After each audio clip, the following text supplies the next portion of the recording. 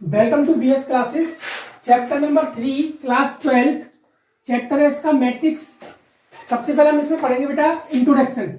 Introduction में definition है matrix होती क्या है, क्या चीज होती है मैट्रिक्स। तो मैट्रिक्स क्या है बेटा, आपका एक अरेंजमेंट है, किसी भी चीज को अरेंज करना मैट्रिक्स कहलाती है। तो matrix is a rectangular arrangement of number और फंक्शन। किसी भी नंबर का या फंक्शन का अरेंजमेंट करना एक मैट्रिक्स कहलाती है। तो मैट्रिक्स को हम इस फॉर्म में लिखेंगे A equal to A11 A12 A13 dot dot कहां तक जाएगा बेटा, A1n तक, A21 A22 A23 dot dot कहां तक जाएगा, A2n तक। तो क्या इस फॉर्म में चलता रहेगा। तो हम इसमें पहली वाली इसको क्या कहेंगे, रो को A11 12 13 उसको क्या कहेंगे, रो। और ये कॉलम में जो हॉरिजेंटल को बोलते हैं रो और वर्टिकल को बोलते हैं कॉलम। तो वर्टिकल में क्या आएगा बेटा आपका A11 A21 A11, ये हो जाता है आपका कॉलम। तो जो इसका ऑर्डर होता है वो ऑर्डर क्या होता है, m इंटू n।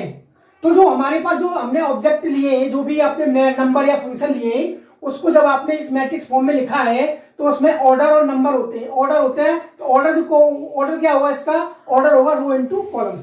रो होते हैं आपके m और कॉलम होते हैं आपके n। ठीक है, मैं ऑर्डर ऑफ मैट्रिक्स क्या बनता है आपका, ऑर्डर ऑफ मैट्रिक्स होता है m इंटू n। m को क्या कहते हैं, रो, और n को क्या कहते हैं, कॉलम।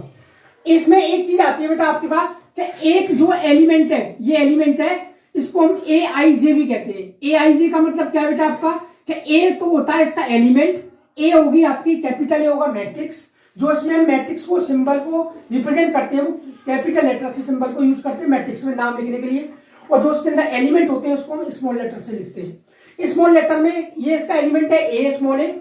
आई और जे क्या क्या है बेटा आपका, आई को बोलते हैं हम रो, जिसको कहते हैं ith रो, इस प्लेस पर है। और जे क्या है, इसका प्लेस बताता है किस प्लेस पर आपका नंबर है। आई एस जैसे 1 1, तो ये बता रहा है आई भी 1 है और जे भी 1 है।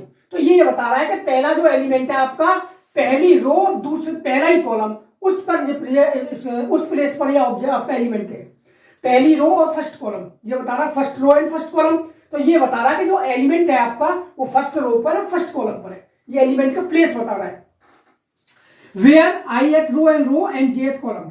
तो इस नेक्स्ट होता है, अगर आपको इस मैट्रिक्स के अंदर टोटल नंबर पता करने के कितने एलिमेंट है मेरे पास, तो हम क्या करेंगे, नंबर ऑफ एलिमेंट बराबर फॉर्मूला होता है, number of element equal to formula होता है number of row into number of column. अगर हम दोनों को मल्टीप्लाई कर दें तो आपके पास नंबर ऑफ एलिमेंट आ जाएंगे कि हमारे पास कितने नंबर ऑफ एलिमेंट है। किसी भी एग्जांपल लेके कह सकते हो कि नंबर ऑफ स्टूडेंट कितने हैं आपकी क्लास में, क्लास का एग्जांपल ले लेते हैं। तो आपकी जो क्लास में number of row and number of column, अगर मैं दोनों को मल्टीप्लाई करूं तो आप मल्टीप्लाई करके जो नंबर आएगा आपका वो टोटल स्टूडेंट आ जाएंगे आपके, कितने आपकी क्लास में कितने स्टूडेंट हैं। ये एग्जांपल ले सकते हैं। ठीक है, इससे पहले वीडियो में आपने मैट्रिक्स के बारे में पढ़ा था। अब नेक्स्ट टॉपिक आपका टाइप ऑफ मैट्रिक्स। अब टाइप ऑफ मैट्रिक्स में नंबर फर्स्ट मैट्रिक्स आती है आपकी कॉलम मैट्रिक्स। अब व्हाट इज कॉलम मैट्रिक्स, तो column matrix, a matrix is said to be a column matrix if it has only one column, जिसके अंदर सिर्फ ओनली वन कॉलम आएगा। ठीक है, तो वन कॉलम आएगा तो वो आपकी कॉलम मैट्रिक्स कहलाएगी। अब एग्जांपल इसका देख लेते हैं बेटा, a इक्वल टू 0 1 3। इसमें आपके पास कॉलम एक है, वन कॉलम है, लेकिन रो कितनी है बेटा आपके पास, 1 2 3। जो हॉरिजेंटल होंगी वो आपकी रो होंगी, जो वर्टिकल होंगी वो आपकी कॉलम होंगी। तो जो कितनी रो है आपके पास, 3 रो, और कॉलम कितने हैं, फर्स्ट 1 कॉलम है। तो हम कहेंगे बेटा इसे इसका ऑर्डर क्या होगा, 3 इंटू 1। क्यों, क्योंकि बेटा रो कितनी है इसमें 3, कॉलम कितने 1, is a column matrix of order 3 to 1, 3 into 1। Next जो टॉपिक आता है, नेक्स्ट है आपकी रो मैट्रिक्स। रो मैट्रिक्स क्या होती है, a matrix is said to be a row matrix if it has only one row. जिसमें आपके पास ओनली वन रो होगी तो वो आपकी कहलाएगी रो मैट्रिक्स। इसका एग्जांपल देख लेते हैं बेटा, V1 4 5। अब देखो इसमें जो वर्टिकल है वो कितनी रो है, एक, वन रो है। जो हॉरिजॉन्टल है वो आपकी रो कितनी है, एक, और जो वर्टिकल कॉलम है वो कितनी है आपके पास, 3। तो क्या हो गया बेटा 1 इंटू 3, 1 इंटू 3। जो ऑर्डर बनेगा वो क्या बनेगा, 1 इंटू 3 का ऑर्डर बनेगा। Is a row matrix of order 1 into 3। तो 1 इंटू 3 का ऑर्डर बन गया बेटा आपके पास। नेक्स्ट जो मैट्रिक्स आती है वो होती है आपकी स्क्वायर मैट्रिक्स। स्क्वायर मैट्रिक्स क्या होता है, स्क्वायर से तो आपको पता चल रहा है बेटा, स्क्वायर का मतलब होता है कि जिसकी चारों साइड इक्वल हो वो कहलाता है स्क्वायर। तो स्क्वायर में क्या होगा कि a matrix in which the number of row are equal to the number of column is said to be a square matrix. जिसमें आपके पास number of row and number of column दोनों equal है, तो हम कह सकते हैं बेटा कि वो क्या मैट्रिक्स, कौन सी मैट्रिक्स होगी, स्क्वायर मैट्रिक्स होगी। तो number of row equal to number of column. तो इसके लिए एग्जांपल ले सकते हैं बेटा, ए मैट्रिक्स ली मैंने, तो 1 2 3 4 5 6 3 4 2, इसका ऑर्डर कितना है बेटा 3/3।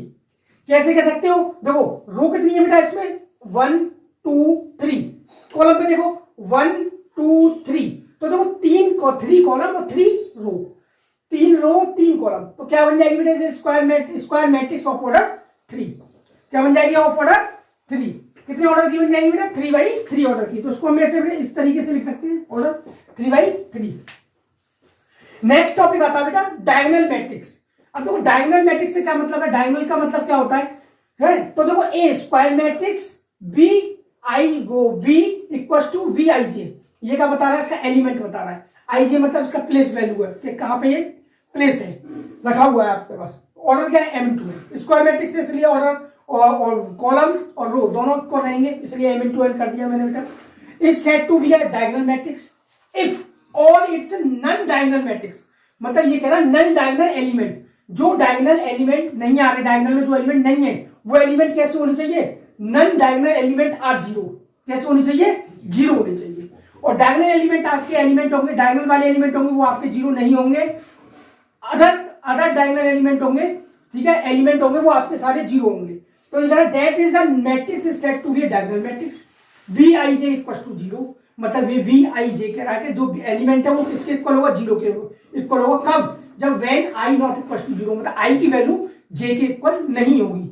आई और जे से मतलब क्या बेटा कि जो इसका प्लेस है, आई और जे मतलब आई होती है रो और जे होता है कॉलम, जो एलिमेंट है वो आई और जे इक्वल नहीं होनी चाहिए, तो वो एलिमेंट कैसे होंगे, जीरो। तो बात उसी पे आ रही है कि जो उसके डायगोनल एलिमेंट है वो तो जीरो नहीं है, और जो अदर एलिमेंट है वो सारे क्या होंगे, जीरो। यही बात हमने यहाँ बताई थी बेटा आपको, if all its non diagonal element are zero, जो डायगोनल एलिमेंट नहीं है वो सारे जीरो होंगे, डायगोनल एलिमेंट जीरो नहीं होंगे। तो ये बी इक्वल टू मैट्रिक्स आपके पास ये आ गई स्क्वायर मैट्रिक्स का फॉर्मूला। उसके बाद जो एग्जांपल है वो ये आपके पास दे रखा है, 3/3 ऑर्डर की मैट्रिक्स है, इसमें डायगोनल एलिमेंट ये और अदर एलिमेंट आपके जीरो आ गए। ओके बेटा, स्केलर मैट्रिक्स, इससे पहले प्रीवियस वीडियो में आपने इससे पहले जो मैट्रिक्स थी वो सारी मैट्रिक्स पढ़ी।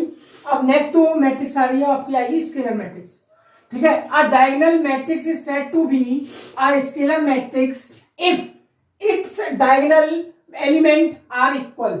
डायगोनल एलिमेंट क्या होंगे, इसके सारे डायगोनल एलिमेंट क्या रहेंगे, इक्वल रहेंगे, that is a square matrix is said to be a scalar matrix. तो स्क्वायर मैट्रिक्स क्या कहलाती है आपकी, स्केलर मैट्रिक्स कहलाएगी। कब कहलाएगी, कि जब उसके बेटा सारे डायगोनल एलिमेंट जो होंगे वो आपके सेम होने चाहिए diagonal element. A equal to √3 0 0 0 √3 0 0 0 √3, तो देखो इसके डायगोनल एलिमेंट है वो कैसे सेम है। ऑर्डर कितना है इसका, 3/3 ऑर्डर का है, तो हम कह सकते हैं कौन सी मैट्रिक्स है, स्केलर मैट्रिक्स। वैसे देखा जाए तो बेटा स्केलर मैट्रिक्स और आपकी जो डायगोनल मैट्रिक्स है दोनों सेम है, बस उसमें एलिमेंट का चेंज है। उसमें एलिमेंट डिफरेंट होते थे डायगोनल एलिमेंट में, लेकिन इसमें स्केलर मैट्रिक्स में आपके डायगोनल एलिमेंट सेम होते हैं। नेक्स्ट आता है बेटा आइडेंटिटी मैट्रिक्स। आइडेंटिटी से मतलब लग रहा है आपको कि आइडेंटिटी का मतलब होता है एक तरीके से यूनिट मैट्रिक्स, क्या उसमें यूनिक क्या है, आइडेंटिटी क्या है। तो देखो a square matrix in which elements in a diagonal are all 1, कैसे होने चाहिए उसके डायगोनल एलिमेंट, ऑल सारे 1 होने चाहिए, and rest are all zeros is called an identity matrix. तो डायगोनल एलिमेंट कैसे होने चाहिए, 1 होने चाहिए, बाकी सारे एलिमेंट क्या होने चाहिए, 0 होने चाहिए। ए आई जे इक्वल टू होगा 1, कब होगा, जब आई और जे कैसे होंगे, इक्वल होंगे, तो वो एलिमेंट तो रहेंगे आपके 1, और आई और जे दोनों नॉट इक्वल रहेंगे तो वो रहेंगे आपके 0। जैसे हम बात करते हैं एग्जांपल में, देखो पहला एलिमेंट होता है ए 1 1, तो आई और जे 1 1 इक्वल है, तो उसका मतलब इसका एलिमेंट कैसा रहेगा, 1 रहेगा।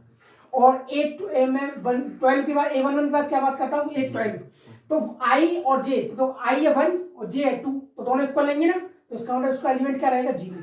तो बाकी सब एलिमेंट 0 रहेंगे, डायगोनल एलिमेंट क्या रहेंगे आपके 1 1 रहेंगे, उसे हम कहते हैं यूनिट मैट्रिक्स या आइडेंटिटी मैट्रिक्स। इसका ऑर्डर क्या है, 3/3।